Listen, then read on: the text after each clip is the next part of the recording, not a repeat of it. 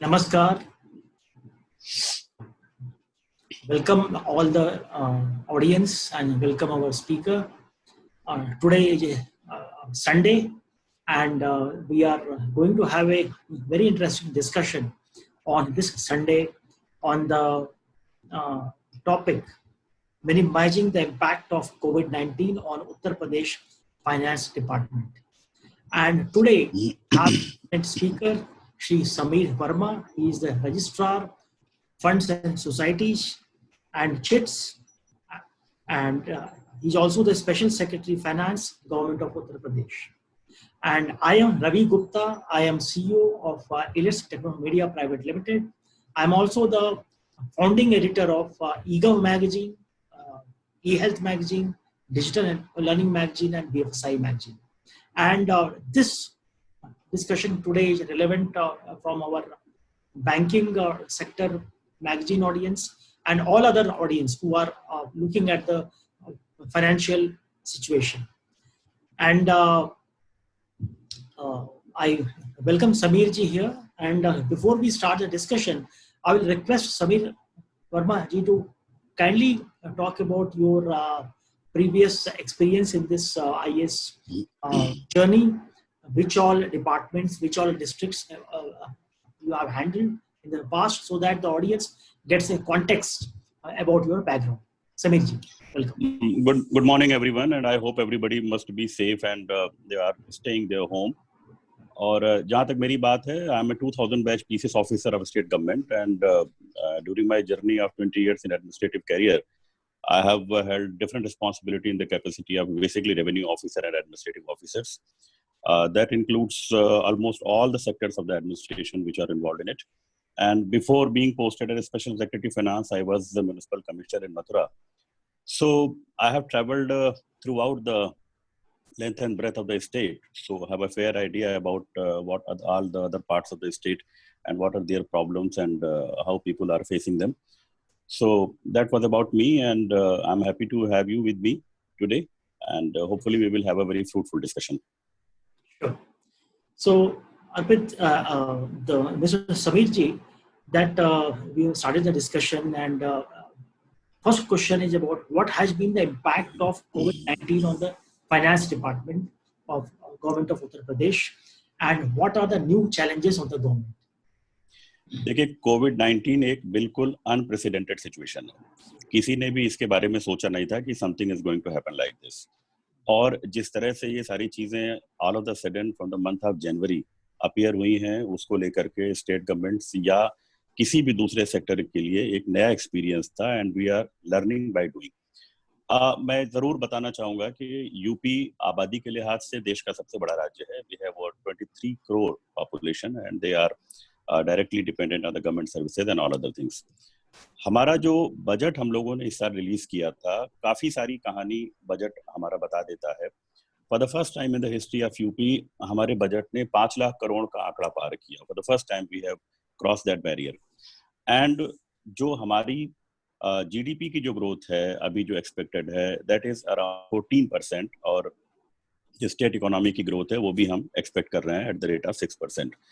Budget की बात मैं इसलिए कहना चाह रहा था, जरूरी भी था, क्योंकि पहली बार ऐसा हुआ है कि बजट में हमारे जो की सेक्टर्स हैं, जिसमें हेल्थ एंड फैमिली वेलफेयर एक बहुत बड़ा सेक्टर है जिसको लेकर के आजकल सारी बातें हो रही हैं, उसमें हमारा एलोकेशन करीब 16%, 16% हमने प्रपोज कर रखा है.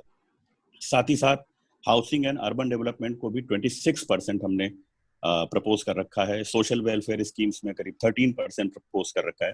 ये सारी बातें हम इसलिए कहना चाह रहे हैं क्योंकि जब ये कोविड की सिचुएशन आई और उसके बाद जिस तरह का प्रेशर हम महसूस कर रहे हैं अपनी स्टेट इकोनॉमी पर और कंट्री की इकोनॉमी पर, और उससे आगे आने के जिन तरीकों पर हम बाद में बात करेंगे, उसमें ये सेक्टर्स और इनमें किया गया एलोकेशन बड़ा ही इंपॉर्टेंट साबित होने वाला है. नेचुरली जो सिचुएशन अभी है, लॉकडाउन अभी है, जिसकी वजह से सारी इकोनॉमिकल एक्टिविटीज हमारी धीमी पड़ गई हैं, और स्टेट की इकोनॉमी बिना पब्लिक एक्टिविटी के चलाना थोड़ा सा कठिन होता है, क्योंकि दोनों चीजें इंटरलिंक्ड होती हैं. तो प्रेशर हमारे सामने अभी जो सबसे बड़ा है वो यही है कि लोगों को इस इन्फेक्शन से कैसे बचाया जाए, लोगों का मॉर्टेलिटी कैसे कम किया जाए, और साथ ही साथ लोगों तक सर्विसेज लगातार पहुंचे, इसके लिए स्टेट की इकोनॉमी हेल्दी स्टेट में रहे, इसके लिए गवर्नमेंट क्या कर रही है और गवर्नमेंट का आगे क्या प्लान है। यूपी गवर्नमेंट काफी प्रोग्रेसिव है इस मामले में, और हम सभी लोगों ने देखा है कि जिस तरह से इस क्राइसिस को उत्तर प्रदेश हैंडल कर रहा है। We are only one of the few states जिन्होंने इतने अच्छे ढंग से इसको हैंडल किया है, and despite being the largest state as far as the population is concern, हमारे यहाँ नंबर ऑफ इन्फेक्शन या नंबर ऑफ मॉर्टेलिटी दूसरे काफी स्टेट से बहुत कम है, and we are happy to have this. Economical front की अगर हम बात करें तो हम लोगों ने इसमें जरूर यह ध्यान दिया है कि जो हमारी सोसाइटी का ऐसा क्लास है जिसको हमारे स्टेट असिस्टेंस की जरूरत है, उसको इस पीरियड में किसी तरह की कोई दिक्कत नहीं हो। मार्च के लास्ट वीक में जिस तरह से मोर देन अराउंड 4 लाख श्रमिक या लेबर्स जो थे, जिनको हम लोगों ने उनके घरों तक पहुंचाया, उनको ट्रांसपोर्टेशन की फैसिलिटी दी, या जिस तरह से हमारे यहाँ राज्य में गेहूं की खरीद हम लोगों ने समय से शुरू करी, या एग्रीकल्चरल एक्टिविटीज को हम लोगों ने लॉकडाउन में ही due to with certain conditions हम लोगों ने उसको ईज आउट किया, या अभी जैसे हमने मैन्युफैक्चरिंग सेक्टर्स को या दूसरे सेक्टर्स को हम धीरे धीरे ईज आउट कर रहे हैं, सो दैट लोग उसमें आए, सोशल डिस्टेंसिंग का पालन करते हुए करें। तो ये सारी बात इसलिए ही है क्योंकि जब आर्थिक गतिविधियों का पहिया घूमेगा तो ही स्टेट की इकोनॉमी भी आगे आएगी। जो प्रेशर्स हैं, वो एक सबसे बड़ी बात यह है कि जो हमारा बजटरी एलोकेशन होता है या जो हम बजट एस्टिमेट बनाते हैं, वो इस बात पर जरूर डिपेंड करता है कि हमारी रिसीट्स की क्या स्थिति होने वाली है।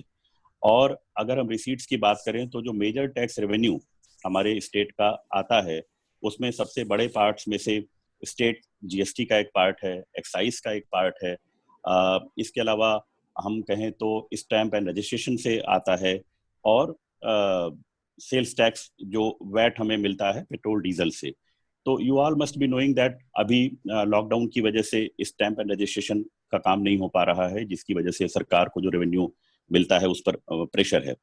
जीएसटी जो हमें मिलता है वो भी गुड्स एंड सर्विसेज से मिलता है, तो चूंकि गुड्स का सेल इस समय नहीं है या सर्विसेज भी थोड़ा सा हमारी हैम्पर हुई है, तो उस फ्रंट पर अगर देखा जाए तो टैक्स रेवेन्यू पर डेफिनेटली प्रेशर है।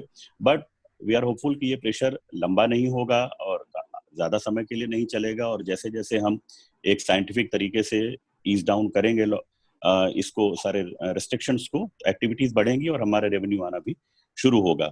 अभी स्टेट गवर्नमेंट ने सबसे पहले, जैसा माननीय प्रधानमंत्री जी ने भी कहा था कि पहले तो उनका था जान है तो जहान है, तो जान को सबसे ऊपर रखते हुए हमारा सारा फोकस इस बात पर है कि हम इन्फेक्शंस को कैसे रोकें, मॉर्टेलिटी को कैसे करें।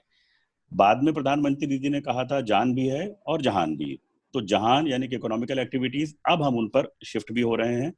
हम लोगों ने अपने जितने भी सेक्टर्स हैं उनमें प्रायोरिटी सेक्टर्स को आइडेंटिफाई करके कि ऐसे सेक्टर्स जिनसे स्टेट में डिमांड क्रिएट की जा सके, जिससे स्टेट में एम्प्लॉयमेंट क्रिएट किया जा सके और लोगों को उनकी लाइवलीहुड में दिक्कत नहीं हो, उन सेक्टर्स को हम प्रायोरिटाइज करके पहले हम उन पे काम कर रहे हैं। आज ही स्टेट गवर्नमेंट का एक आउटव्यू आया है कि हम करीब 20 लाख रोजगार इस साल हम क्रिएट करने के लिए हम प्रयास कर रहे हैं, और जिसमें हमारे जो की सेक्टर्स हैं जिसमें हम कर सकते हैं, उसमें नेशनल अर्बन लाइवलीहुड मिशन एक इम्पॉर्टेंट है। ओडीओपी स्टेट गवर्नमेंट का एक बहुत ही फ्लैगशिप प्रोग्राम है, वन डिस्ट्रिक्ट वन प्रोडक्ट। इसमें भी हम एम्प्लॉयमेंट जनरेशन के लिए कोशिश कर रहे हैं। एमएसएमईज जो हमारे स्मॉल स्केल सेक्टर्स हैं उनमें हम एम्प्लॉयमेंट जनरेशन करेंगे। उद्यान प्रसंस्करण और मनरेगा, ये सेक्टर्स ऐसे हैं जिसमें हम करीब 20 लाख के आसपास लोगों को एम्प्लॉयमेंट जनरेशन इस साल करने के लिए कोशिश कर रहे हैं। कोविड की अगर बात करें तो डेफिनेटली बहुत सारे सेक्टर्स ऐसे हैं जिसपे प्रेशर है, और ये सेक्टर्स ऐसे हैं जो बड़ी संख्या में लोगों को रोजगार देते थे, जिसमें टूरिज्म एंड हॉस्पिटैलिटी एक सेक्टर होता है। नेचुरली अभी ड्यूरिंग कोविड भी इस सेक्टर पर प्रेशर है, और कोविड ने जिस तरह से लोगों को इफेक्ट किया है, मुझे लगता है कि बिहेवियरल चेंज भी लोगों में आने वाला है आगे कुछ समय तक, कि लोग ऐसी जगहों पर हो सकता है जाने से बचें जहाँ पे पब्लिक गैदरिंग्स हो, जहाँ पे लोगों से कॉन्टैक्ट्स हो। तो टूरिज्म सेक्टर और हॉस्पिटैलिटी सेक्टर एक ऐसा सेक्टर है जो प्रेशर में रहने की उम्मीद है। इसके साथ साथ जैसे personal care, salon, gym, spa, इस तरह की चीजें हैं। आपका जो ट्रांसपोर्टेशन सेक्टर है जिसमें ऑल इंडिया लेवल पर एविएशन सेक्टर भी शामिल है, ट्रेन्स वगैरह भी नहीं चल रही हैं। मैन्युफैक्चरिंग सेक्टर पे अभी भी एट प्रेजेंट प्रेशर है, या कंस्ट्रक्शन जो है उस पर भी प्रेशर है। लेकिन जो अपॉर्चुनिटीज इसी की डिस्गाइज में हैं वो ये है कि हमारे कुछ सेक्टर्स इसमें बहुत अच्छा भी कर सकते हैं। जैसे अगर हम कहें तो पब्लिक हेल्थ सिस्टम एक ऐसा सेक्टर है जिसमें अब काफी उम्मीद बढ़ गई है, और चूंकि इस तरह की बीमारी आज से करीब 100 साल पहले स्पेनिश फ्लू के रूप में आई थी, नॉर्मली इस तरह की चीजें आती नहीं है, तो पब्लिक हेल्थ एक ऐसा सेक्टर है जिसमें काफी अपॉर्चुनिटी है। इसके अलावा हम सब लोगों ने देखा कि जब हम लोग घरों में बैठे हैं तो वर्क फ्रॉम होम को काफी बढ़ावा दिया गया, और इस चक्कर में जितना हमारा आईटी का जितना फोकस है, तो आईटी रिलेटेड जो काम है या इस तरह के नए प्रोडक्ट्स आने का है जिससे आप वर्क फ्रॉम होम, हमें लगता है कि आगे आने वाले समय में एक ऐसा फीचर बनने वाला है इंडियन इकोनॉमी का, जिससे अगर आप देखें तो न केवल आपका ऑफिस का खर्च बचेगा, बहुत सारे कंटीजेंसी खर्चे बचेंगे, दूसरे तरह के खर्चे बचेंगे, और अगर आपको घर से काम करने की सहूलियत मिलती है। इसके अलावा सर्विसेज बहुत सारी हैं जो हमारा इंडिया दुनिया में बहुत प्रतिष्ठित स्थान रखता है बैक एंड ऑफिस के रूप में, तो इसमें भी हमारे लिए काफी ग्रोथ है। पूरा लॉकडाउन पीरियड हम लोगों ने देखा कि we were entirely depended on social media and television programmes and movies like on Netflix and Amazon and all those things. तो मीडिया एंड एंटरटेनमेंट एक ऐसा सेक्टर है जो जरूर इस पीरियड में या आगे भी लोगों को अच्छी अपॉर्चुनिटी देगा, क्योंकि ज्यादा से ज्यादा लोग अब चाहेंगे कि वो अपने परिवार के साथ अपने घर पे रह करके समय बिताएं और सोशल गैदरिंग्स कम करें। इलेक्ट्रॉनिक आइटम्स में भी एक मुझे उम्मीद है कि जैसे ज्यादातर लोगों ने इस सारा समय अपना इधर टीवी देखने में या कंप्यूटर स्क्रीन पर, लैपटॉप पर, इस पर बिताया है। एक और चीज बार बार आई है कि if you have to fight with the COVID, तो आपको अपनी पर्सनल इम्यूनिटी बढ़ानी चाहिए। तो पर्सनल इम्यूनिटी बढ़ाने के लिए आपने भी नोटिस किया होगा कि अगर आप ऑनलाइन शॉपिंग में अगर आपने कोई ऐसी चीज ढूंढी, जैसे फॉर एग्जांपल च्यवनप्राश अगर आपको खरीदना है तो it is out of stock, नहीं मिल रहा है, या विटामिन सी की आपको टैबलेट्स चाहिए ऑनलाइन तो नहीं मिल रही है, इसका मतलब इनका सेल बहुत बड़ा है। तो जो पर्सनल केयर या जो हर्बल प्रोडक्ट्स हैं या जो आयुर्वेदा का है, तो ये ऐसे सारे सेक्टर्स हैं जिसमें हम काफी अच्छा कर सकते हैं। अब जैसे स्टेट गवर्नमेंट का हमारे अभी जो व्यू है माननीय मुख्यमंत्री जी का कि हम स्टेट को एक गारमेंट सेक्टर के हब के रूप में हम डेवलप करना चाहते हैं, तो ये बहुत सारे ऐसे एरियाज हैं जिसमें हम अच्छी अपॉर्चुनिटी अपने लिए आगे देख सकते हैं। और मुझे उम्मीद है कि अगर हम सफल रहते हैं, अपने यहाँ कंटेनमेंट को कंट्रोल करके रखते हैं, इन्फेक्शंस को कंट्रोल करके रखते हैं, तो इकोनॉमिकल एक्टिविटीज जैसे जैसे शुरू होंगी ये प्रेशर भी हमारा ईज आउट होगा।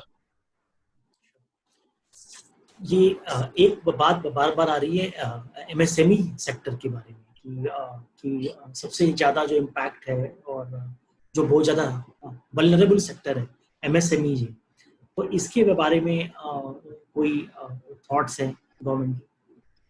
देखिए, एमएसएमई हमारे लिए बहुत ही प्राथमिकता का सेक्टर है। हमारा जो ओडीओपी है वो अगर आप देखें तो एमएसएमई पर ही डिपेंड करता है, छोटी यूनिट्स, और जिसमें स्टार्टअप के थ्रू भी आए हुए लोग हैं, जिसमें मुद्रा योजना के थ्रू आए हुए भी लोग हैं, और एमएसएमई हमारा एक ऐसा सेक्टर है जिसमें बहुत बड़ी संख्या में लोगों को रोजगार मिलता है। अभी डेफिनेटली माननीय प्रधानमंत्री जी की अपील पर भी और सोशल रिस्पॉन्सिबिलिटी के तौर पर भी लोगों ने अपने यूनिट्स में बिजनेस नहीं होने के बावजूद अपने स्टाफ को रिटेन कर रखा है, उन्हें सैलरी दे रहे हैं, और जो रनिंग एक्सपेंडिचर है फैक्ट्रीज का या इकाइयों का वो भी अपनी जगह पर है। तो हम लोग इसको बहुत ही क्लोजली मॉनिटर कर रहे हैं और ये भी देख रहे हैं कि एमएसएमई को अपने संचालन में उनको मार्केट अवेलेबिलिटी में किसी तरह की दिक्कत नहीं आए। तो ये सेक्टर हमारे लिए इम्पोर्टेंट है और सरकार इसको लेकर के लगातार इस पर नजर रखे हुए है। एक और मीडिया में ऐसी खबरें आ रही हैं कि चाइना से अब लोगों का विश्वास उठ रहा है बहुत सी एमएनसीज का, और वो इंडिया को एज एन ऑप्शन देख रही हैं, और उसमें देश के अलग अलग स्टेट्स ने अनाउंस किया है कि वो स्पेशल पॉलिसीज अनाउंस करेंगी, जिससे कि वो जो इन्वेस्टमेंट जो चाइना में जा रहा था वो अगर इंडिया में आना चाहे तो स्टेट को एज ए प्रेफर्ड डेस्टिनेशन देखा जाए। तो यूपी ने इस बारे में कोई डिस्कशन हुआ है, कोई विचार हुआ? देखिए, मैं आपको बताऊं कि अगर हमारे आप स्टेट की इकोनॉमी को देखिए तो एग्रीकल्चर इसमें करीब 20% का शेयर रखता है और मैन्युफैक्चरिंग 26% की रखती है। नेशनल एवरेज जो है वो एग्रीकल्चर का 17% है और मैन्युफैक्चरिंग का 29% है। तो अगर आप देखें तो ओवर द ईयर्स हमारे यहाँ मैन्युफैक्चरिंग सेक्टर में काफी काम हुआ है, और हमारा बहुत बड़ा इलाका अभी भी डेफिनेटली एग्रीकल्चर बेस्ड है, और जो कि रहना भी चाहिए, क्योंकि हमारा जो मैदानी इलाका है, गंगा के मैदान का है, पूर्वांचल का है, वहाँ काफी सारी संख्या में किसान रहते हैं। मैं दो चीजें आपके प्रश्न का जवाब देने के पहले कहना चाहूंगा कि हमारे इस बार के स्टेट बजट में एक नई स्कीम हम लोगों ने डाली थी, अप्रेंटिसशिप स्कीम, जिसमें जो हमारे यूथ्स हैं जिनको अगर इंडस्ट्रीज में ट्रेनिंग लेते हैं, अप्रेंटिसशिप करते हैं, तो उन्हें स्टाइपेंड दिए जाने की व्यवस्था है। इसके साथ ही साथ युवा उद्यमिता विकास अभियान एक हम लोगों ने स्कीम शुरू करी है कि जिसमें हम 1 लाख से ज्यादा trend and self reliant youth को तैयार करने का हमारा इस साल के बजट में लक्ष्य है। और टोटल जो सेल्फ एम्प्लॉयमेंट स्कीम्स है उसके लिए करीब 1200 करोड़ रुपए का हमारा है प्रोविजन। अब बात हुई जब इन्वेस्टमेंट की कि चाइना से या किसी और जगह से अगर कोई अपनी यूनिट यहाँ लाना चाहता है, इंडस्ट्री लाना चाहता है, तो उसको ये देखना चाहिए या देखना होगा, किसी भी इन्वेस्टर को सबसे पहले जो चीज चाहिए होती है वो ये है कि इन्वेस्टमेंट करने के लिए माहौल कैसा है वहां पर, सरकार की तरफ से क्या फैसिलिटीज उसको मिल रही हैं। मैं जरूर कहना चाहूंगा कि हमारी जो निवेश नीति है या और हमारी जो इंडस्ट्रियल पॉलिसी है वो पूरे देश में सबसे अच्छी पॉलिसीज में से एक है। अभी पिछले ही वर्ष हम लोगों ने बहुत ही सफल डिफेंस एक्सपो का आयोजन कराया था, जिसमें 50,000 करोड़ रुपए से ज्यादा के ऑर्डर्स हमको हैं। और आप भी जानते हैं कि डिफेंस कॉरिडोर का भी काम हमारे यहाँ स्टेट में चल रहा है, जिनके लिए जितने भी नोट्स थे यानी कि आइडेंटिफाइड स्पॉट्स थे, ऑलरेडी उनके लिए काफी लोगों ने इंटरेस्ट जताया है और वो बुक भी हो चुके हैं। यूपी गवर्नमेंट इन्वेस्टमेंट को आकर्षित करने के लिए कई फ्रंट्स पर काम कर रही है। एक तो हमारे यहाँ जो इंडस्ट्रियल प्रमोशंस के लिए जो अलग अलग ऑर्गेनाइजेशंस हैं, जैसे UP state industrial development authority, जो हमारे यहाँ इंडस्ट्रीज को लैंड प्रोवाइड करने का काम करता है, वो काफी स्ट्रीमलाइंड है। साथ ही साथ इन्वेस्टमेंट के लिए जो लॉ एंड ऑर्डर की एक सिचुएशन है, तो मैं बताऊं आपको कि हमारे 2021 के बजट में हमने करीब 19% का इंक्रीज किया है पुलिस के एलोकेशन में। तो पुलिस फंड का एलोकेशन का सीधा असर जाएगा लॉ एंड ऑर्डर के मेंटेनेंस में और उसके बेटरमेंट में।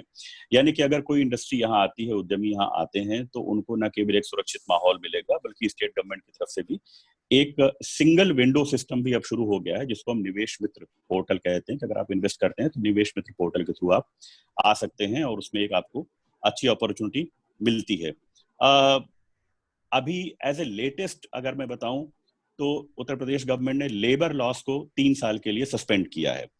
अब इसमें एक चीज मैं जरूर क्लैरिफाई करना चाहूंगा कि इसको 3 साल सस्पेंड करने में बॉन्डेड लेबर एक्ट या वर्कमैन कंपनसेशन एक्ट इनको टच नहीं किया गया है। तो इस तरह का कोई भ्रम नहीं होना चाहिए कि लेबर लॉ को सस्पेंड करने पर किसी तरह से मजदूरों के खिलाफ या श्रमिकों के खिलाफ कोई बात है। ये सिर्फ इस वजह से किया गया है कि अगर कोई नई इंडस्ट्री या कोई नया इन्वेस्टमेंट यहाँ लाना चाहता है तो उसे और आसानी से यहाँ पर लाया जा सके, इन्वेस्टमेंट को आकर्षित किया जा सके। तो ऑलरेडी हम लोगों की निगाह इस बात पर है कि उत्तर प्रदेश को कैसे लोगों का सबसे पसंदीदा निवेश का स्थान बनाया जाए, और हमारे माननीय मुख्यमंत्री जी इस दिशा में निरंतर कार्य भी कर रहे हैं। और मैं आपको बताऊं कि कुछ समय पहले ही बहुत सारी इंडस्ट्रीज के जो हेड हैं, जो सीईओ हैं, जिनकी यूनिट्स दूसरे देशों में हैं या बाहर हैं, उनसे वार्ता भी माननीय मुख्यमंत्री जी के स्तर पर और शीर्ष स्तर पर हुई है और लगातार इस दिशा में काम हो रहा है। एक और बात आती है ईज ऑफ डूइंग बिजनेस। तो अगर इन्वेस्टमेंट्स हमें बढ़ाने होंगे यूपी में तो उस पर और इम्प्रूवमेंट की आवश्यकता हो, तो उसके बारे में कुछ चर्चा हो रही है। देखिए, ईज ऑफ डूइंग बिजनेस हमारी प्राथमिकता में है। जो मैंने आपको निवेश मित्र पोर्टल के बारे में बताया, ये Nivesh Mitra portal ease of doing business का ही है, जिसमें एक सिंगल पोर्टल के थ्रू आपको सारी परमिशंस, सारी आपको एनओसीज एक ही जगह से मिल जाती हैं। और जितने भी डिपार्टमेंट उससे एसोसिएटेड, जैसे एज रजिस्ट्रार मेरा भी डिपार्टमेंट उससे एसोसिएटेड, क्योंकि कोई भी फर्म अगर आप लाते हैं तो पहले उसका रजिस्ट्रेशन करना होता है, जो हमारा डिपार्टमेंट करता है। तो उसके लिए आपको कोई पब्लिक इंटरफेस नहीं है, आप ऑनलाइन अप्लाई करेंगे, आपके एप्लीकेशंस को हम लोग प्रोसेस करते हैं और ऑनलाइन ही आपको रजिस्ट्रेशन और बाकी सारी चीजें एक टाइम फ्रेम के अंदर अंदर आपको मिल जाती हैं। ईज ऑफ डूइंग बिजनेस में स्टेट गवर्नमेंट ने लगातार अच्छा किया है और नेशनल लेवल पर भी हमारी पोजीशन बहुत अच्छी है। इंडिया ने भी ईज ऑफ डूइंग बिजनेस में वर्ल्ड रैंकिंग में उनको काफी अच्छी उछाल मिली थी और वो उछाल में काफी बड़ा योगदान हमारे उत्तर प्रदेश गवर्नमेंट का है। जितना हम मैन्युफैक्चरिंग सेक्टर को हम नेशनल लेवल के रेशियो के आसपास लाने की कोशिश कर रहे हैं, वो एम्प्लॉयमेंट जनरेशन का एक बड़ा जरिया है। साथ ही साथ जैसा मैंने आपको दोनों स्कीम्स के बारे में बताया था, तो हम ये भी चाह रहे हैं कि लोग स्वयं उद्यमी बन करके ज्यादा से ज्यादा लोगों को रोजगार दें, ताकि वो, उसमें एक शब्द मैंने यूज किया था सेल्फ रिलायंट, यानी कि आत्मनिर्भर, एक ऐसा व्यक्ति जो स्वयं का भी उद्यम करे और 5, 10, 15 लोगों को और भी रोजगार दे। तो इस दिशा में भी हम लोग काम कर रहे हैं और ईज ऑफ डूइंग बिजनेस की जो रैंकिंग है उसमें यूपी में उल्लेखनीय सुधार हुआ है। एक और इशू आ रहा है जो because of the corona situation, जैसा आपने शुरू में बताया कि जो गवर्नमेंट का रेवेन्यू काफी डिप हुआ है both at the centre and the states, जिससे जो फिस्कल डिफिसिट है both at the centre and the states में जो है चैलेंज आ चुका है। और आपका जो आपने जो शुरू में बताया कि अगर हमें इकोनॉमी को रिवाइव करना है तो government investments will have to increase, government expenditure will have to increase. ये जो बैलेंस है कैश 22 का सिचुएशन है कि एक तरफ गवर्नमेंट का रेवेन्यू लॉस हो रहा है मेजर, और इस वक्त गवर्नमेंट को इन्वेस्टमेंट्स करनी होंगी टू पुश द इकोनॉमी। सो इसको कैसे देख रहे हैं आप लोग इस स्थिति को? देखिए, जैसा मैंने आपको बताया कि जो गवर्नमेंट के जो रिसोर्सेस हैं या जो टैक्स रेवेन्यू है वो डायरेक्टली पब्लिक की इकोनॉमिकल एक्टिविटी से रिलेटेड होते हैं। तो इसमें पिछले 2 महीने से 3 महीने से, जब से ये लॉकडाउन की वजह से और पोस्ट कोरोना इफेक्ट की वजह से डेफिनेटली पूरे देश में हर स्टेट में इसमें स्लो डाउन आया है। लेकिन अच्छी बात यह है कि उसकी वजह से हमने अपने फिजिकल डेफिसिट को बढ़ने नहीं दिया है। फिजिकल डेफिसिट हमारा अभी भी 3% से नीचे है, 2.9% टू बी प्रिसाइज अभी भी हमारा फिजिकल डेफिसिट है, जो कि फाइनेंशियल डिसिप्लिन के हिसाब से अच्छा है। जहां तक बात पब्लिक एक्सपेंडिचर की है, तो हमने अपने पब्लिक एक्सपेंडिचर के लिए हमारे 2 तरह की चीजें होती हैं। अगर मैं आसान भाषा में समझाऊं तो एक तो कैपिटल साइड होता है और दूसरा रेवेन्यू साइड होता है। तो हमारा कैपिटल साइड जो है वो हमारे एसेट्स को क्रिएट करता है, जिसमें हम ऐसे सेक्टर्स में पैसा लगाते हैं जिससे एसेट्स क्रिएट हों, लोगों को रोजगार मिले।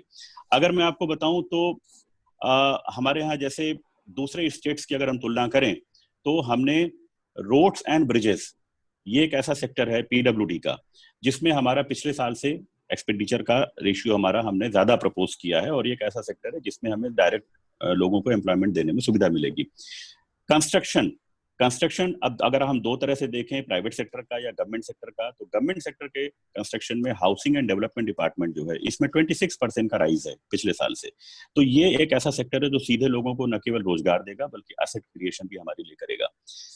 उत्तर प्रदेश एक बड़ा राज्य है, यहाँ पे सरकारी कर्मचारियों की संख्या, पेंशनर्स की संख्या भी दूसरे किसी राज्य से ज्यादा है। तो हमारा जो कमिटेड एक्सपेंडिचर है, जो हमारा रेवेन्यू साइड का एक्सपेंडिचर है, उस पर भी हमें काफी काम करना पड़ता है।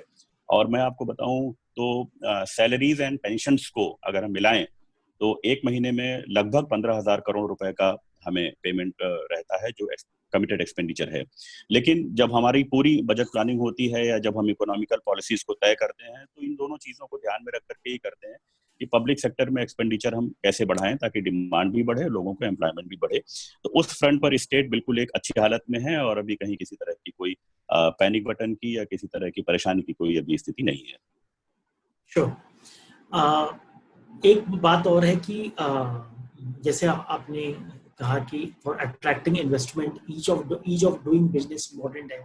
एक और डिस्कशन हो रहा है जो अर्बन साइड से आता है बहुत बार कि मिनिस्ट्री ऑफ अर्बन अफेयर्स ने लिवेबिलिटी इंडेक्स बनाया कि जो ease of living for the citizens, और वो भी एक इम्पोर्टेंट फैक्टर बन जाता है फॉर अट्रैक्टिंग इन्वेस्टमेंट। अगर कोई इन्वेस्टर है वो अपना इन्वेस्टमेंट हैदराबाद में करता है या बैंगलोर में करता है या लखनऊ में करता है, इस पे काफी वो जो है इसका भी एंगल आता है। तो इस पे कुछ एफर्ट्स हो रहे हैं इंक्रीज लिवेबिलिटी? देखिए, डेफिनेटली ईज ऑफ लिविंग एक स्टैंडर्ड है और उस पे ये देखा जा रहा है कि हमारे शहर कहाँ पर आकर के टिकते हैं। अगर आप देखें तो पूरे देश में जो 100 स्मार्ट सिटीज हैं उसमें से 10 यूपी के लिए गए थे, और इस बार के बजट में हमारे टोटल 17 म्युनिसिपल कॉर्पोरेशन हैं, जिसमें से 10 स्मार्ट सिटीज तो गवर्नमेंट ऑफ इंडिया ने लिए थे। जो बाकी 7 म्युनिसिपल कॉर्पोरेशन थे, जिसमें छोटे म्युनिसिपल कॉर्पोरेशन जैसे मथुरा थे, उनको स्टेट गवर्नमेंट ने डिसाइड किया कि हम उनको अपने फंड से स्मार्ट सिटी का दर्जा देंगे, और उसके लिए उन्होंने फंड भी एलोकेट किया है। ये सारी एक्सरसाइज इसलिए ही हो रही है कि हमारे जो ट्रेडिशनल सिटीज हैं, आगरा, कानपुर, लखनऊ, इलाहाबाद, इनके बाद जो हमारी सेकंड लाइन की सिटीज थी, मथुरा, झांसी, गोरखपुर, इन सिटीज को भी हम ऐसे स्टैंडर्ड्स पर ला करके खड़ा करें जहां पे ईज ऑफ लिविंग लोगों को अच्छी मिले, और ये नए इन्वेस्टमेंट के और लोगों के रहने, पढ़ाई लिखाई के लिए, हर तरह के लिए एक नए हब के रूप में क्रिएट करें, जिसकी वजह से जो हमारे पुराने सिटीज थे, लखनऊ, कानपुर जैसे, इनके ऊपर प्रेशर भी कम होगा और नए इलाके में लोग जाएंगे भी। अगर आज की तारीख में देखें तो हमने जैसा बताया कि housing and urban development department जो है, इसमें बजट एलोकेशन जो हमने प्रपोज किया हुआ है, उसमें काफी बड़ा साइज हमने इसके लिए दिया हुआ है, और इसमें अलग अलग तरह की स्कीम्स हैं, जिसमें रोड बिल्डिंग भी है, जिसमें सैनिटेशन भी है, जिसमें स्मार्ट सिटी के थ्रू सिटीजन्स को टाइम बाउंड सर्विसेज भी हैं, जिसमें साफ पेयजल की सप्लाई भी है, जिसमें बिजली का जो आपूर्ति है वो भी उसमें है। लैंड ऑर्डर के फ्रंट पर जैसे मैंने आपको बताया कि काफी हमारा बजट एलोकेशन है। लखनऊ जैसे शहर में और नोएडा जैसे शहर में पुलिस कमिश्नर सिस्टम भी इम्प्लीमेंट हो गया है। तो इसके बहुत सारे ऐसे फैक्टर्स हैं, फीचर, या जैसे हम अपने गवर्नेंस में हम डिजिटल मीडियम को बढ़ावा दे रहे हैं। बहुत सारे आपको ऐसे शहर मिलेंगे जहां पर आप पहले अगर जाते होंगे तो आपको शायद एक अच्छा होटल रहने के लिए नहीं मिलता होगा, लेकिन अगर आप देखेंगे कि वो तरह की चीजें अब नहीं रह गई। शहरों को डेवलप करने में हमारे यहाँ गवर्नमेंट ने टूरिज्म डिपार्टमेंट के थ्रू भी काफी काम किया। जैसे अगर आपको बताऊं कि एक सबसे बड़ा इंसेंटिव जो हमारे यहाँ से स्टेट गवर्नमेंट से दिया गया, वो जेवर में एक नए एयरपोर्ट का एस्टेब्लिशमेंट है, और जिसको दुनिया की सबसे बड़ी company Zurich international airport limited बना रही है, और 2022 तक वो चालू हो जाएगा। और इसका पूरा जो एक सेटअप रखा गया वो इस तरह से रखा गया है कि स्टेट गवर्नमेंट को उससे एक अच्छी इनकम हो। अब ये कितना बड़ा इंसेंटिव, हम इसको इंसेंटिव इसलिए कह रहे हैं क्योंकि एक एयरपोर्ट जब आप बनाते हैं या पब्लिक इंफ्रास्ट्रक्चर जब आप बनाते हैं तो आप बहुत सारी इकोनॉमिकल एक्टिविटीज को उसके आसपास की रिवाइव कर देते हैं और उनको अपॉर्चुनिटी देते हैं। तो पूरा का पूरा एक बहुत बड़ा एरिया डेवलप होने जा रहा है। अयोध्या में अगर हम इसी प्रकार से देखें तो वहां पे एक बहुत बड़ा एयरपोर्ट प्रपोज्ड है, जिसके लिए लैंड परचेज की जा चुकी है, और साथ ही साथ अयोध्या को इंटरनेशनल लेवल का टूरिज्म सेंटर बनाने के लिए भी काम हो रहा है। तो पब्लिक इंफ्रास्ट्रक्चर में इन्वेस्टमेंट बढ़ता है तो नेचुरली बहुत सारी दूसरी चीजें भी अट्रैक्ट होती हैं, और इन सारी चीजों का असर जब हम जानते हैं कि अगर हम किसी जगह पर हम एक्सपेक्ट कर रहे हैं कि सारी दुनिया से लोग आएं, तो हमें उनको फैसिलिटी देनी होगी, चाहे वो अर्बन ट्रांसपोर्ट में हो, चाहे सैनिटेशन में हो, चाहे पब्लिक हेल्थ में हो, चाहे पब्लिक सर्विसेज में हो, चाहे लैंड ऑर्डर में हो। तो इन सारी चीजों पर एक होलिस्टिक तरीके से हम लोग काम कर रहे हैं। और आई मस्ट से कि not only being the resident of Uttar Pradesh and being an officer posted in Uttar Pradesh, I myself have felt that over the few years, ease of living has been better in many cities, not only in the traditional cities. काफी UP का जो UP में जो income है जो tourism से आती है, और हमारे जो इंटरनेशनल जो टूरिज्म साइट्स है, आगरा है, बनारस है, लखनऊ है, और कुछ और ऐसे जो एरियाज हैं, और इस साल ये प्रेडिक्शन है कि इंटरनेशनल जो टूरिज्म है वो गिरेगा because of the corona situation. तो अब ये बात हो रही है कि डोमेस्टिक टूरिज्म को बढ़ावा दिया जाए। तो उस दिशा में यूपी सरकार का अब मतलब जो vision post corona for increasing the domestic tourist in UP, उसके कुछ विचार हैं, उसको तो बताएं। देखिए, टूरिज्म हमारे यहाँ एक बहुत ही जिसको कहते हैं कि प्रायोरिटी का एक सेक्टर है हमारी गवर्नमेंट के लिए। इसी साल मुख्यमंत्री पर्यटन संवर्धन विकास योजना एक हम लोगों ने अपने बजट में इंक्लूड किया है, जिसमें हर विधानसभा क्षेत्र में एक पर्यटन स्थल को विकसित करने की योजना है। इसके अलावा यूपी की अगर मैं बात करूं तो यूपी में ताजमहल भी है, one of the 7 wonders of the world है। इसके अलावा अगर हम अपने ऐसे इलाकों की तरफ जाएं जैसे आपका दुधवा है या आपका पीलीभीत है, जो हमारे नेचुरल रिजर्व्स के तौर पे या इको टूरिज्म के लिहाज से या टाइगर रिजर्व के लिहाज से एक पर्यावरण प्रेमियों को आकर्षित करने के लिए है। अगर हम सोनभद्र की तरफ जाएं तो वहां पर एक डिफरेंट तरह का अट्रैक्शन है टूरिस्ट के लिए। इसके अलावा एक बहुत बड़ा हमारा अट्रैक्शन है रिलीजियस टूरिज्म का, जिसमें अयोध्या अब एक बहुत बड़ा सेंटर बन करके उभर रहा है। इसके पहले बनारस हमारे पास पहले से ही था। पिछले साल हम लोगों ने दुनिया का सबसे बड़ा एक इवेंट कराया, कुंभ 2019 प्रयाग का, जिसको सभी लोगों ने देखा और सराहा। तो ये सेक्टर जब हम पर्यटन पे बात करते हैं तो उसमें समग्र रूप से करते हैं। एक तो पिछले 1 साल से जब से मैं भी फाइनेंस डिपार्टमेंट के थ्रू पर्यटन को देख रहा हूँ, मुझे नहीं लगता है कि यूपी का कोई भी एक ऐसा डिस्ट्रिक्ट होगा जहां पे कम से कम 2 या 3 पर्यटन से संबंधी कोई ना कोई काम नहीं हो रहे होंगे, चाहे वो नए टूरिस्ट बेंगलों का निर्माण हो या वहां पर किसी न किसी पुराने टूरिस्ट स्पॉट का जो अब खराब स्थिति में थे उनको उनका अपग्रेडेशन किया गया हो, अपलिफ्टमेंट किया गया हो। आप देखें बनारस में एक बहुत बड़ा काम हो रहा है काशी विश्वनाथ कॉरिडोर का, जो माननीय प्रधानमंत्री जी का भी ड्रीम प्रोजेक्ट है, और आगे आने वाले समय में इस पूरे क्षेत्र की सूरत बदलने वाली है। इसी तरह के मिलते जुलते प्रोजेक्ट्स पर विंध्याचल धाम में भी बात हो रही है कि इस तरीके से वहां पर भी एक कॉरिडोर बनाया जाए। टूरिज्म को बढ़ावा देने के लिए और एक यूनिफाइड अप्रोच देने के लिए ब्रज तीर्थ विकास परिषद का गठन किया गया, जो पूरे मथुरा और आसपास के एरिया में काम देखती है। इसी तरीके से एक प्रस्ताव है अयोध्या तीर्थ विकास परिषद का गठन करके पूरा अयोध्या और उसके आसपास का करें। तो पर्यटन हमारा बहुत हाईलाइटेड सेक्टर है और बड़ा ही एक्टिव डिपार्टमेंट है, और माननीय मुख्यमंत्री जी की इस पे सीधी नजर रहती है, क्योंकि उन्हें मालूम है कि पर्यटन सेक्टर अगर अच्छा करता है तो इससे डायरेक्ट और इनडायरेक्ट दोनों तरह का न केवल इन्वेस्टमेंट आता है, लोगों को रोजगार भी मिलता है। ये बात सही है कि इंटरनेशनल टूरिज्म पर प्रेशर रहेगा आगे आने वाले समय में, और हम इस बात को सतर्क हैं और इस अपॉर्चुनिटी को का लाभ लेने के लिए भी हम तैयार हैं कि डोमेस्टिक टूरिज्म में उत्तर प्रदेश को और आगे ले जाएं।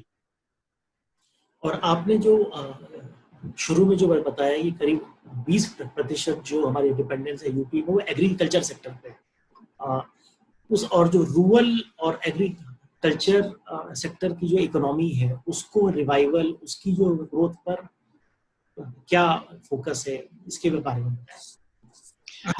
देखिए, मैंने बताया था कि हमारा एग्रीकल्चर सेक्टर जो है वो करीब 24% ऑफ द टोटल इकोनॉमी है हमारा। जो इस बार का अगर आप बजट देखें 2021 का, तो 2021 के बजट में सारे पेपर्स की या हर जगह की ये टैगलाइन यही थी कि ये ग्रामीणोन्मुखी बजट है, ये रूरल डेवलपमेंट की तरफ ओरिएंट करता है।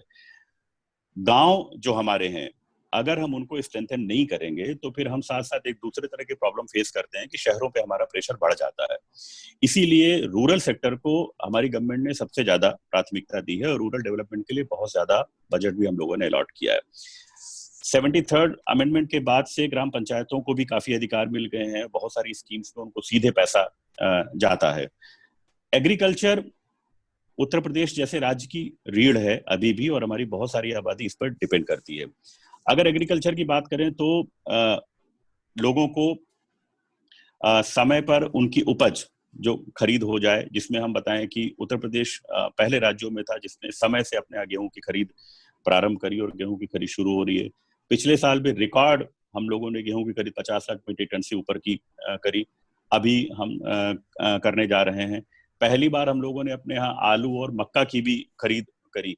तो उसका मतलब सिर्फ इतना है कि अगर हम खेती करता है कोई हमारे प्रदेश का कोई व्यक्ति, तो उसको ये नहीं लगे कि ये घाटे का सौदा है।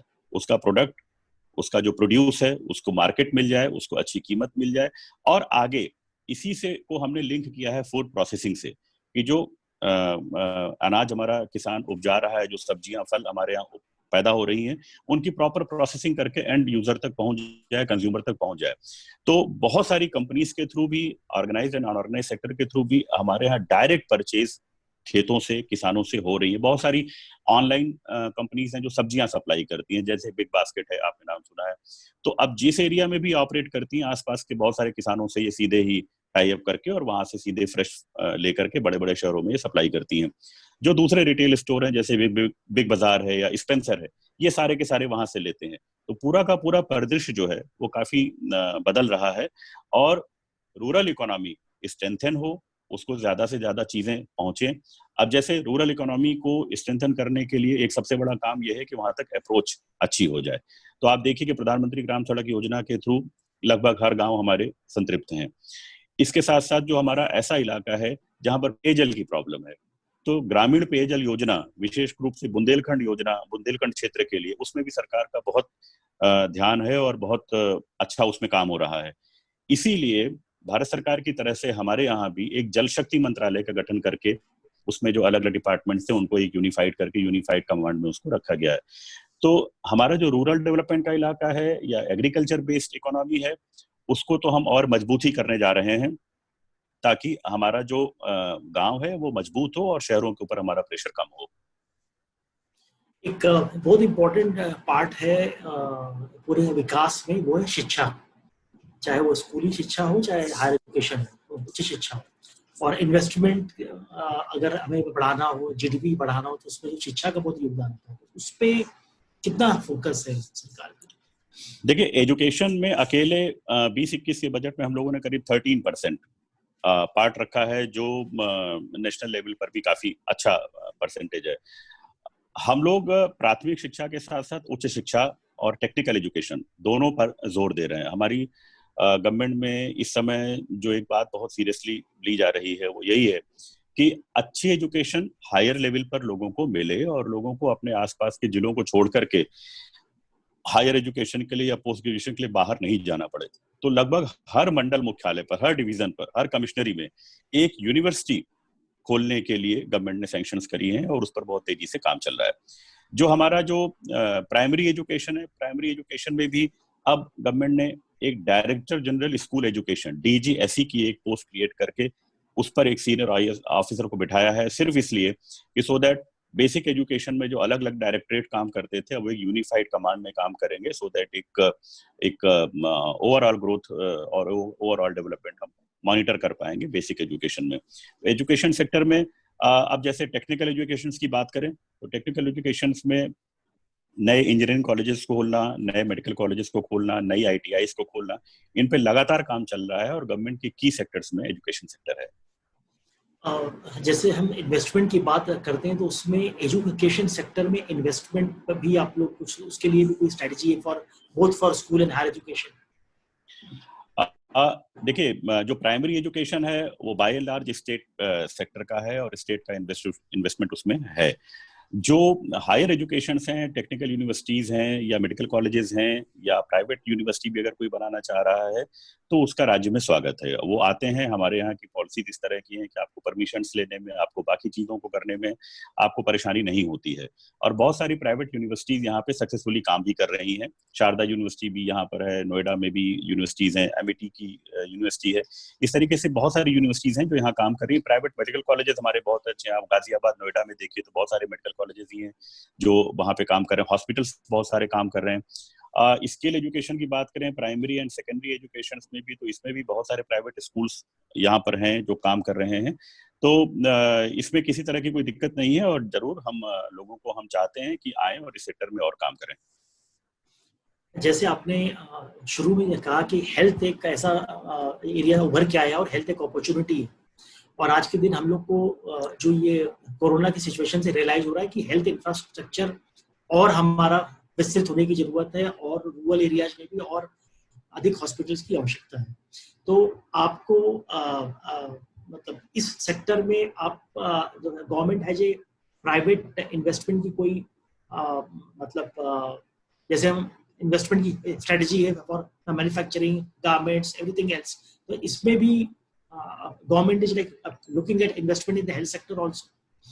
देखिए, हेल्थ सेक्टर में इन्वेस्टमेंट पहले से भी होता रहा है प्राइवेट सेक्टर्स का, क्योंकि यूपी में उनको अगर हेल्थ को एक बिजनेस के तौर पर अगर वो लेते हैं तो उनके पास एक पीछे अच्छा एक उनको रिस्पॉन्ड करने के लिए हमारा पॉपुलेशन साइज इतना बड़ा है कि उनको एक बिजनेस यहाँ मिलने का चांस रहता है। लेकिन हेल्थ को गवर्नमेंट अपनी प्रायोरिटी में रखती है और अपनी प्राइमरी रिस्पॉन्सिबिलिटी समझती है, तो चाहे वो प्राइमरी हेल्थ हो या फिर स्पेशलाइज्ड हेल्थ हो। तो हमारे यहाँ मेडिकल एजुकेशन डिपार्टमेंट में लगभग हर डिवीजन में एक मेडिकल कॉलेज भी बनाने के लिए हमारे बजटरी प्रोविजंस में है और एक गवर्नमेंट की पॉलिसीज में भी है कि हम ज्यादा से ज्यादा मेडिकल कॉलेजेस हम बनाएं। मेडिकल कॉलेजेस बनाने का एक सीधा मतलब ये है कि उनका एक मिनिमम बेसिक स्टैंडर्ड हम इंश्योर करते हैं। अगर हम कहते हैं कि हम किसी क्लिनिक में जा रहे हैं और अगर हम कहते हैं कि हम किसी मेडिकल कॉलेज में जा रहे हैं तो दोनों में अपने आप में अंतर हो जाता है। तो जो प्राइमरी हेल्थ सेक्टर है जिसमें PHC, CHC और डिस्ट्रिक्ट हॉस्पिटल्स, इनका तो इंफ्रास्ट्रक्चर अपनी जगह है, ये तो काम कर रहा है और इसको और समय पर हम स्ट्रेंथन भी कर रहे हैं। लेकिन साथ साथ जो हमारे मेडिकल कॉलेजेस हैं, उन मेडिकल कॉलेजेस की संख्या हमारे यहाँ स्टेट में गवर्नमेंट बढ़ा रही है और बहुत जल्दी आगे आने वाले 2 सालों में ये सारे मेडिकल कॉलेजेस बनके तैयार भी हो जाएंगे और लोगों को सर्विसेज देने लगेंगे। तो उसमें जो इलाज के लिए काफी दूर जाना पड़ता था, अभी तो बहुत सारे लोगों को जैसे पहले जब एम्स की व्यवस्था नहीं थी बहुत सारे राज्यों में, तो सभी को दिल्ली जाना पड़ता था। या इसी तरह से जैसे कानपुर में एक मेडिकल कॉलेज हमारा इकलौता आसपास के जिलों के लिए हुआ करता था। तो फतेहपुर के लोगों को भी कानपुर आना होता था या कन्नौज के लोगों को भी कानपुर आना होता था। अब अगर इस तरह से मेडिकल कॉलेज की संख्या बढ़ेगी तो लोगों को अपने पास ही वो सुविधा मिल जाएगी और एक हमारा जो सेकेंडरी हेल्थ केयर सेक्टर है उसमें काफी काम होगा। इसके अलावा जो हेल्थ केयर से रिलेटेड जो इक्विपमेंट मैन्युफैक्चरिंग है या उससे रिलेटेड जो जैसे नर्सिंग कोर्सेज हैं, सो दैट आपको पैरामेडिकल स्टाफ वगैरह भी मिल पाए, इस दिशा में भी स्टेट गवर्नमेंट काम कर रही है और हमारी पॉलिसीज ऐसी हैं कि इस सेक्टर में भी लोग जो आकर के इन्वेस्टमेंट कर रहे हैं उन्हें काफी सुविधाएं हमारे यहाँ से दी जा रही हैं। मैं आपके स्क्रीन के नीचे एक Q&A का बटन है, आप एक बार उसे देखें तो कुछ ऑडियंस के क्वेश्चंस हैं, तो उसमें से कुछ आप ऑलरेडी इस पे एड्रेस कर चुके हैं पार्शियली, पर एक बार उसको देख सकते हैं।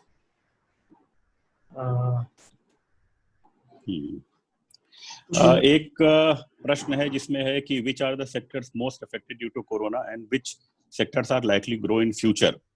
तो हालांकि मैं इसको पहले बता चुका हूं लेकिन फिर भी मैं इसका आंसर एक लाइव देना चाहता हूं। सारे देश में हम लोग देख रहे हैं कि अलग अलग स्टेट्स की अलग अलग स्थितियां हैं अपने यहाँ इकोनॉमी को कंट्रोल करने के लिए। अब फॉर एग्जांपल अगर मैं भी आपको बात करूं लेबर्स की जो वापस लौट रहे हैं तमाम सारे माध्यमों से, श्रमिक ट्रेनों के माध्यमों से या पहले भी लौट रहे हैं, ये लेबर्स अगर आप देखिए तो ज्यादातर इंडस्ट्रियलाइज्ड स्टेट से लौट रहे हैं, जैसे महाराष्ट्र से लौट रहे हैं, गुड़गांव से लौट रहे हैं, हरियाणा से या वेस्ट बंगाल से या आंध्र प्रदेश तेलंगाना से, इन सब राज्यों से लौट रहे हैं। अब इसमें दो तरह की स्थितियां आगे बनने वाली हैं। ऐसा मुझे लगता है व्यक्तिगत तौर पे कि बहुत सारे ऐसे लेबर जो वापस आ रहे हैं और जिन्होंने इस तरह का कभी किसी चीज की कल्पना नहीं की होगी कि कोविड एक ऐसी चीज आ जाएगी जिसमें उन्हें इतनी परेशानी का सामना करना पड़ेगा या वापस आएंगे, तो ये हमें देखना पड़ेगा कि जितने लोग वापस आ रहे हैं क्या वे सभी के सभी वापस स्थितियां सामान्य होने पर अपने वर्क प्लेस पर जाते हैं या नहीं जाते हैं। अगर नहीं जाते हैं तो इन स्टेट्स में जहां पर ये इंडस्ट्रीज थी उनके ऊपर स्किल्ड लेबर की डिमांड पूरा करने का एक प्रेशर होगा। साथ ही साथ स्टेट्स में जहां पर ये लेबर अपने घरों में वापस आए हैं उन स्टेट गवर्नमेंट्स के लिए अपॉर्चुनिटी है कि इन स्किल लेबर को वो अपने स्टेट की इकोनॉमी को ग्रो करने में किस तरीके से उनका भागीदारी ले सकते हैं। तो जो इंडस्ट्रीज हमारी या जो सेक्टर्स प्रभावित होने वाले हैं उसमें अभी उसको मैं इस तरह से कहूंगा कि एक तो प्रेजेंटली कौन कौन से सेक्टर हमारे एडवर्सली इफेक्टेड हैं और कुछ ऐसे हैं जो लंबे समय तक चलने वाले हैं। तो जैसे आपकी टूरिज्म इंडस्ट्री है या हॉस्पिटैलिटी इंडस्ट्री है, होटल्स वगैरह में बुकिंग्स या गेस्ट हाउसेस में बुकिंग, या आपके पर्सनल केयर जिसमें जिम वगैरह हैं, सैलून्स हैं, इस तरह के जो हमारी जो इंडस्ट्रीज हैं इस पे थोड़ा लंबे समय तक हो सकता है कि लोग इस वजह से आकर्षित ना हो कि वो फिजिकल डिस्टेंस लोगों से बना के रखना चाहें। कुछ सेक्टर्स हमारे ऐसे हैं जिसपे अभी टेम्पररी प्रेशर है, जैसे मैन्युफैक्चरिंग का है या कंस्ट्रक्शन का है। अब मैन्युफैक्चरिंग में अगर हम अपने यहाँ श्रमिकों को बुला रहे हैं तो ये देख रहे हैं कि उनकी संख्या सीमित रखी जाए ताकि सोशल डिस्टेंसिंग का पालन हो सके। तो इसको कॉम्पेंसेट करने के लिए वर्क आवर्स बढ़ाए जा रहे हैं। लेबर लॉज जो सस्पेंड किए गए हैं उसमें इस तरीके की छूट दी गई है कि आप इंडस्ट्री के घंटे बढ़ाइए सो दैट जो हमारा वर्क फोर्स है जिसको हम कम कर रहे हैं उसका हमको कॉम्पेंसेशन हो सके।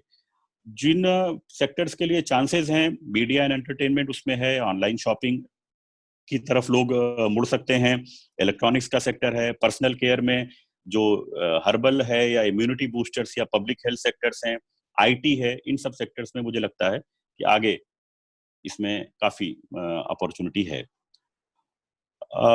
एक प्रश्न है कि रोजगार सृजन के लिए, एम्प्लॉयमेंट अपॉर्चुनिटी के लिए उत्तर प्रदेश में क्या है पोस्ट कोविड-19। तो जैसा मैंने बताया शुरुआत में ही कि राज्य सरकार ने एक साल में लगभग 20 लाख लोगों को रोजगार देने के लिए नीति बनाई है और उस पर काम कर रहे हैं, जिसमें हमारे जो प्रमुख है राष्ट्रीय आजीविका मिशन के माध्यम से, ओडीओपी के माध्यम से, एमएसएमई के माध्यम से, उद्यान प्रसंस्करण में और मनरेगा के माध्यम से।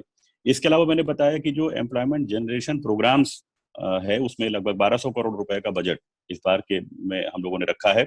और जो एक स्टार्टिंग में मैंने बताया था कि लोगों का एक सेल्फ रिलायंट ग्रुप एक तैयार करने के लिए युवा करके एक स्कीम हमारे यहाँ हम लोगों ने शुरू करी है, युवा उद्यमिता विकास अभियान, जिसमें हम एक साल में करीब 1 लाख लोगों को हम इस तरह से तैयार करना चाहते हैं कि आगे वो अपना काम शुरू कर सकें, या अप्रेंटिसशिप स्कीम जो है, या हमारे यहाँ साथ साथ जो कौशल विकास मिशन जो चल रहा है, ये सारी स्कीम्स ऐसी हैं जिनसे हमारे यहाँ एम्प्लॉयमेंट जनरेशन बढ़ेगा और इसकी समस्या काफी हद तक दूर होगी।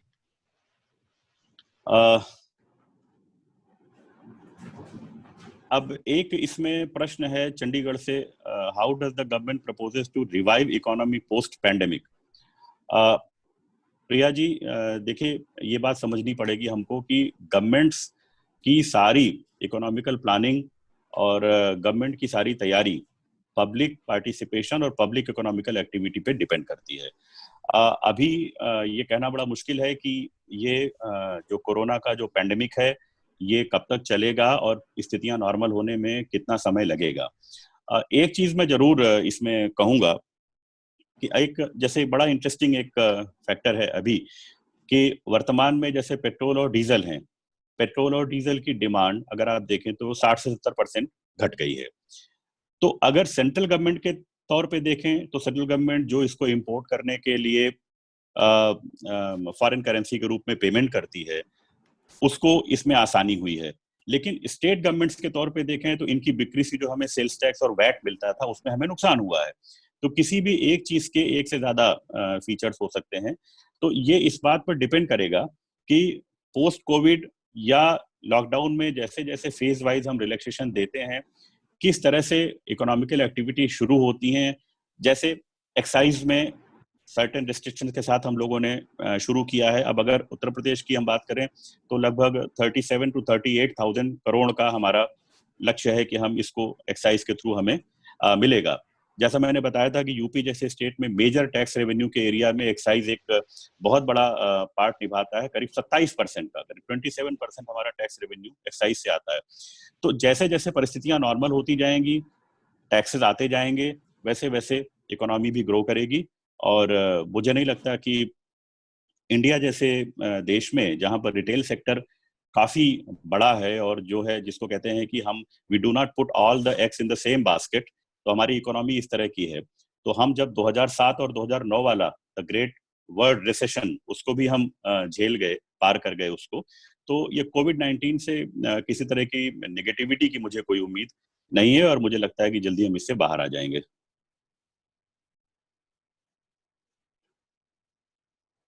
तो ये सवाल थे और I try to answer at my level.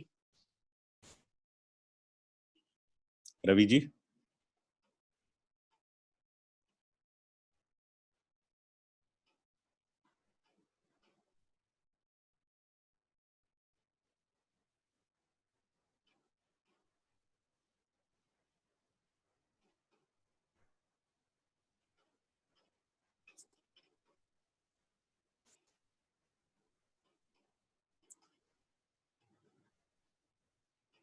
Hello.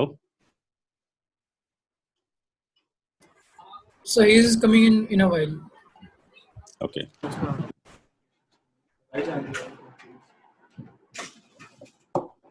Hello hello. हाँ बोलिए जी। अब वो यहाँ पर आंधी आ रही है और यहाँ पर नेट के कनेक्शन जो है जो बार बार जा रहा है। सो आई थिंक हम लोगों ने आपने सारे जो क्वेश्चंस के आंसर जो है आप यहाँ पर दे चुके हैं और बहुत अच्छी आपके साथ यहाँ पर वार्ता हुई, तो बहुत बहुत धन्यवाद आपका। और बहुत बहुत धन्यवाद ऑल द ऑडियंस जो इसको लाइव फेसबुक पर देख रहे हैं।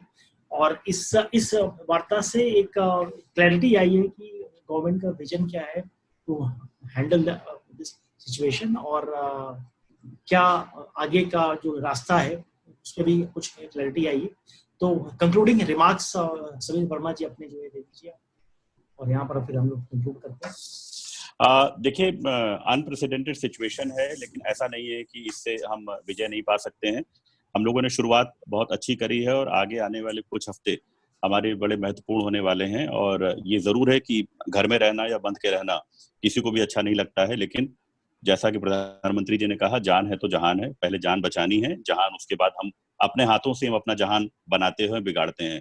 तो अगले कुछ समय के लिए अपने घरों में रहिए, सुरक्षित रहिए और जैसे जैसे गवर्नमेंट के निर्देश आते हैं उनको ध्यान से सुनिए, उनका पालन करिए, और जल्दी ही ये फेज ओवर हो जाएगा और हम भारतीयों में इतनी जिजीविषा होती है कि हम बहुत जल्दी ही किसी भी तरह की स्थिति से ऊपर आ जाते हैं। मेरा ऐसा विश्वास है कि इस परिस्थिति में दुनिया के बाकी देशों के लिए क्या है क्या नहीं है मैं उस विषय में कमेंट नहीं करूंगा, लेकिन भारतवर्ष के लिए एक अच्छी अपॉर्चुनिटी हर तरह से, न केवल वर्ल्ड पॉलिटिकल फोरम पर भी बल्कि इकोनॉमिकली भी इंडिया के लिए एक अच्छी अपॉर्चुनिटी है, और पूरे साउथ ईस्ट एशिया में भी हमारे लिए एक बहुत अच्छी स्थिति बनती हुई मुझे दिख रही है। तो आप सभी लोगों की उत्तम स्वास्थ्य की कामना करते हुए, आपके सुरक्षित भविष्य के लिए, सुखमय भविष्य के लिए कामना करते हुए डॉक्टर रवि जी को बहुत बहुत धन्यवाद। Thank you for having me. बहुत बहुत धन्यवाद आपका समीर जी, और बहुत बहुत धन्यवाद ऑल द ऑडियंस। और अगर आपको ये वार्ता पसंद आई है, फेसबुक पर लाइव है, कृपया इसको लाइक और शेयर करें जिससे अधिक से अधिक लोगों तक ये बात जो है पहुंचे।